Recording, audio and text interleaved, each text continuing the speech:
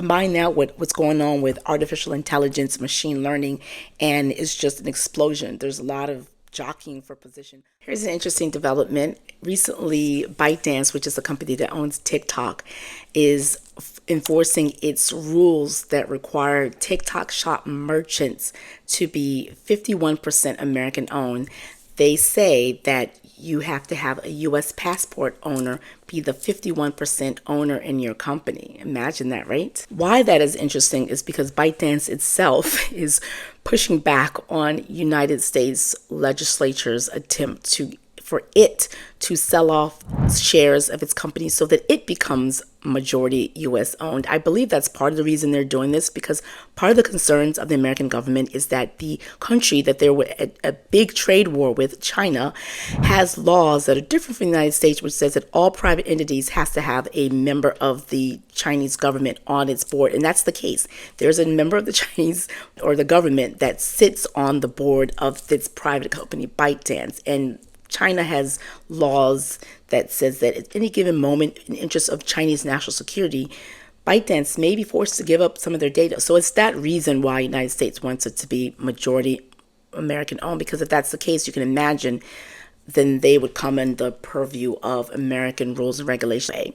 Anyway, but that's not what this video is about. The video is about the fact that they're actually making merchants in their shop. And if you don't know, if you're not familiar about TikTok Shop, a lot of people have criticized TikTok as becoming a QVC, which is a popular television selling channel. That's what it's become, because every time you turn on TikTok, there's someone pushing a product either as part of their own content or as part of a TikTok Shop promotion. TikTok Shop only started last, I don't know, September or something like that. And since then, according to some industry reports, it is it's amassed between $1.6 billion in transactions since then. So it's big, and it's only getting bigger. And so, yeah, it makes sense. Now, there's a trade association that represents Chinese sellers said this is unfair. It came out of left field. They didn't anticipate.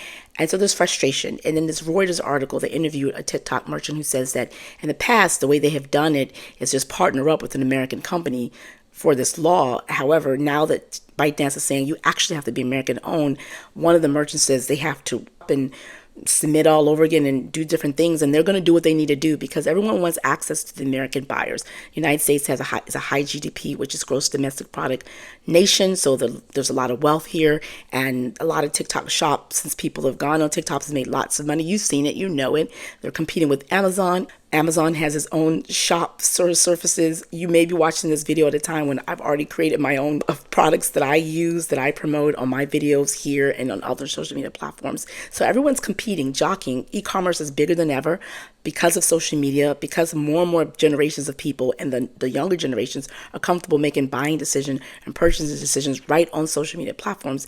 It's ripe. It makes sense that everyone's coming and gunning for this very lucrative area of the internet. It's amazing. It's fascinating. And combine that with what's going on with artificial intelligence, machine learning, and it's just an explosion. There's a lot of jockeying for position, a lot of government regulators looking to sort of harness it and protect it, to protect the people, but also to just keep it in check, because go on unchecked, just a lot of things can happen. So there's a lot of activity, a lot of moving pieces going on here. I personally think it's a great idea. If you're going to watch videos on this channel and other social media platforms, I'm going to do a video where I talk about a creator who says that she got in a dispute regarding money that's owed to her from participating in TikTok Shops.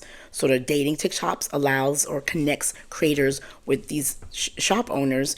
And according to the article, the Reuters article, one of the persons interviewed said that he was able to make a lot of money because he hires American actors, not really American actors, content creators, to help promote his product. And he knows that he's going to be at a disadvantage to not be able to have access to that, because before he may have been on Amazon, and Amazon has its own rules. So one of the rules that Amazon says is you cannot fake a review. And this is another side issue. You may have seen when you're on Amazon, verified purchaser, because before Amazon had that verified purchaser tag, there were a lot of people just doing fake reviews. And as we all know, there's a thing called social proof, that before people buy stuff, even if you go to a store, before you ask a store clerk, or you go to Best Buy, for example, to to give you the rundown on the product, you'll run to Amazon, you'll run to Best Buy and look at the reviews. People rely on other people who've come before them to give their honest reviews. And if you actually come money out your pocket and purchase it, we know that your review or your take is going to be more trustworthy than, say,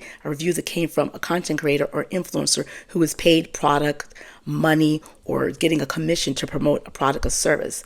And people will take that a grain of salt. It may not buy a product that was reviewed by someone who got something out of it, but they're more trusted, verified purchasers. So that's why Amazon add that tag to people who buy it. So the way a lot of these merchants from China and other countries, I don't want to just be maligning China, have gotten around that is they would pay content creators. So if you're watching this and you're a content creator and you ever been contacted by a merchant who offers to pay you money through PayPal and then ask you to go purchase that product through Amazon, they're trying to get around the terms of service requirements, the rules of Amazon, and they're trying to get that verified purchaser tag added to their review. That violates the terms of service. So if you take that deal, you're essentially helping that brand skirt the Amazon terms of service policies. And by doing that, if you are an Amazon associate or Amazon influencer and you get caught, you could get kicked off the program, because part of the agreement that you have when you sign on to become an Amazon associate, Amazon influencer, is to not do that sort of stuff. It's to abide by their terms of service. So Amazon's cracked down, kicked a bunch of these merchants that have been violating their policies off, permanently banned them, and they found home in TikTok. And so I find that the fact that TikTok is requiring them to be 51% American owned, I think that will actually, I think, help. It would help get away from bad actors who perhaps run off with creators' money and not pay them. You know, there are a lot of those folks who create a site, they don't have an address, they don't follow rules and regulations, there's no registered agent, so if there's a dispute, you don't know who to send your lawsuit to because you don't have an address, you don't have an agency. They're not following by any laws for the most part. They're doing whatever the hell they want. So by being 51% American, you at least have, an American anyway, if you have an entity or company, you have to have a registered agent. You have more accountability. Anyway, I'm saying that as a creator who is an American, and of course I'm going to favor that decision for the most part. If I think it protects creators, American creators, it protects all creators actually. And anyway, I just wanted to share that piece of news and information for you. I think it's fascinating. If you're interested in that sort of stuff like that, follow along, subscribe to this channel if you're watching this on YouTube. So that's what I do here. I've pivoted. I'm not saying that anymore because I pivoted a while ago. Well, I help fellow content creators decode the laws and rules regarding the content creation economy. I help them decode brand terms and management deal terms. I help them decode the laws and requirements related to the Federal Trade Commission disclosure rules. I have a part 2 coming on another video. So yeah, so there's lots of part 2s. I start these videos and don't finish them anyway. So if you're interested in that, go ahead and subscribe. Tell your fellow content creators about this and have them subscribe. That'll help me grow. I've grown a lot since I've pivoted on this channel. So really, thank you so much for those of you who've chosen to subscribe already. But yeah, so if you like that, go ahead and hit that follow button or hit that subscription button, and let's continue this conversation going. Let's talk more. Do you like this rule? Do you think it's fair? Do you think it's unfair? Are you happy that they're regulating? Let's talk below. In the meantime, go ahead and watch this playlist here, which has other videos I've done regarding the laws of creator economy. All right, and I'll see you soon. Watch this video next.